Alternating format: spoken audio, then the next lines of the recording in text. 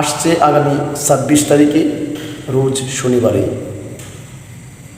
ফিলিস্তিনবাসীর সপক্ষে ইসরায়েল ইহুদিদের বিপক্ষে আহলে সুন্নাত ওয়াল জামাতের আকাবাগণদের বুজুর্গানে দিনদের নির্দেশনাক্রমে দল মত নির্বিশেষে আসুন আপনি আমি সকলেই ইমানি চেতনা নিয়ে আমরা আগামী ২৬ তারিখে ঢাকা সোহরাওয়ার্দীর ময়দানে বিশাল সমাবেশের এবং ইসরায়েলদের বিরুদ্ধে প্রতিবাদের দৈর্ঘ্য গড়ে তুলি। আমরা অনেক পিছিয়েছি, আর নয়।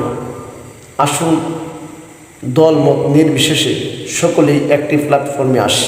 কেননা আজকে দেখেন, লক্ষ্য করে দেখেন, চিন্তা করে দেখেন, ইহুদি নাসারা যারা আছে তারা কিন্তু কে সুন্নি, কে ওয়াহাবি, কে খারিজি, কে মুতাজিলা, কে শিয়া, কে কৌমি, এগুলি দেখবে না। কে রাসুল প্রেমিক, কে আল্লাহ প্রেমিক, কে মাজার প্রেমিক, কে আউলিয়া কেরামকে ভালোবাসে, এগুলি তারা দেখবে না। দেখবে মুসলমানদের ঐক্যবদ্ধতা, দেখবে মুসলমানদের ইমানি চেতনার ধারাবাহিকতা।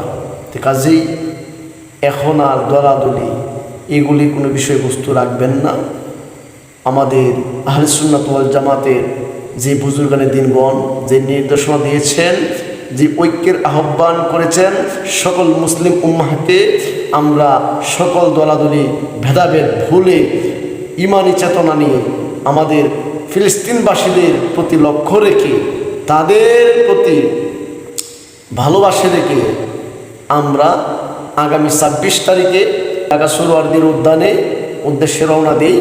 আমরা সকলেই নিজ নিজ স্থান থেকে প্রতিবাদের দৈর্ঘ্য গড়ে তুলি এবং বিশ্বকে দেখিয়ে দিই যে মুসলমানগণ তারা তাদের ঐক্যবদ্ধতায় অটুট আছে।